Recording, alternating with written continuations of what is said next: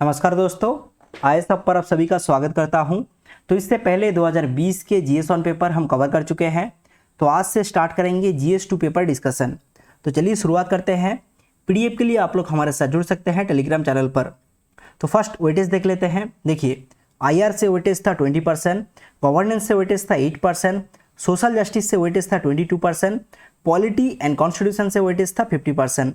तो आज polity and constitution से रिलेटेड एक क्वेश्चन डिस्कस करेंगे। तो यहाँ पर पूछा गया है, there is a need for simplification of procedure for disqualification of person found guilty of corrupt practices under the representation of people's act comment. तो 150 वर्ड में आप लोगों को आंसर करना है और यहाँ पर मार्क्स है 10। बेसिकली यहाँ पर पूछा गया है, अगर एक प्रतिनिधि को रिप्रेजेंटेशन ऑफ पीपल्स एक्ट के तहत डिस्क्वालीफाई किया जाता है तो फिर डिस्क्वालिफिकेशन प्रोसीड्योर को कैसे सिंप्लीफाई किया जा सकता है, इसके बारे में आप लोगों का क्या राय है। तो सिमिलर क्वेश्चन पूछा गया था 2019 में, on what grounds a people's representative can be disqualified under the representation of people's act 1951, also mention the remedies available to such person against his disqualification. फर्क सिर्फ इतना है, तब मार्क्स था 15 और 2020 में मार्क्स है 10। ठीक है, अब बात करते हैं अप्रोच कैसा होना चाहिए। ठीक है, तो फर्स्ट डिफाइन कीजिए आरपीए क्या है, रिप्रेजेंटेशन ऑफ पीपल एक्ट क्या है, फिर बताइए क्या क्या कॉम्प्लेक्सिटीज इन्वॉल्व है आरपीए से रिलेटेड और इसे कैसे सिंप्लीफाई किया जा सकता है, फिर कंक्लूजन दीजिए। ठीक है, तो फर्स्ट इंट्रोडक्शन पार्ट पर डिस्कस करेंगे आरपीए क्या है। Representation of people act is a comprehensive act which provides for the statutory provision to cover the representative affairs in holistic manner।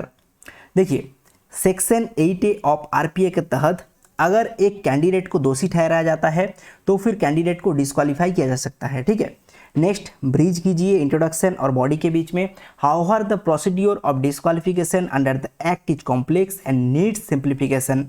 तो कैसे प्रोसेस कॉम्प्लेक्स है और कैसे सिंप्लीफाई किया जा सकता है, इसके बारे में बताइए, फिर कंक्लूजन दीजिए। देखिए, अगर एक पर्सन को कॉन्विक्ट किया जाता है तो फिर सेक्शन 98 ऑफ आरपीए के तहत उनके अगेंस्ट हाई कोर्ट पर याचिका दायर किया जाता है, फिर हाई कोर्ट पर ट्रायल कंडक्ट किया जाता है। सेक्शन 99 ऑफ द आरपीए के तहत अगर पर्सन को गिल्टी फाउंड किया जाता है तो फिर जो रिपोर्ट है ये सबमिट कर दिया जाता है प्रेसिडेंट के पास।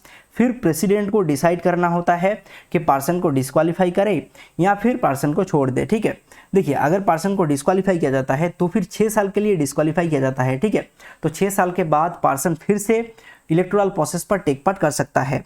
तो यहाँ पर ये भी कहा गया है, अगर पर्सन चाहे तो फिर प्रेसिडेंट के पास अपील कर सकता है डिस्क्वालिफिकेशन रिमूवल करने के लिए। ठीक है, और यहाँ पर देखिए जो चार्जेस है, चार्जेस बहुत भेग है।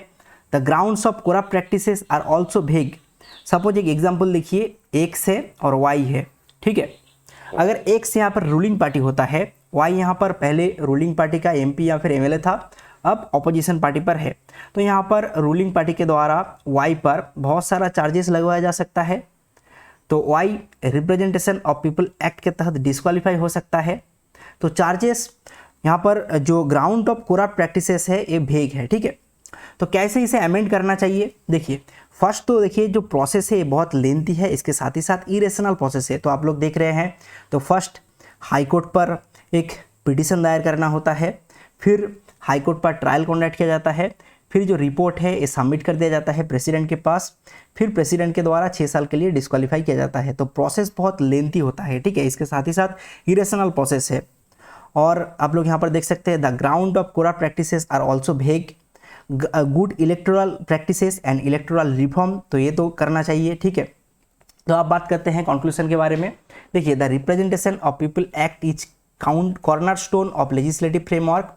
तो कॉर्नरस्टोन का मतलब होता है एसेंशियल क्वालिटी, ठीक है, ऑफ इलेक्टोरल प्रोसेस।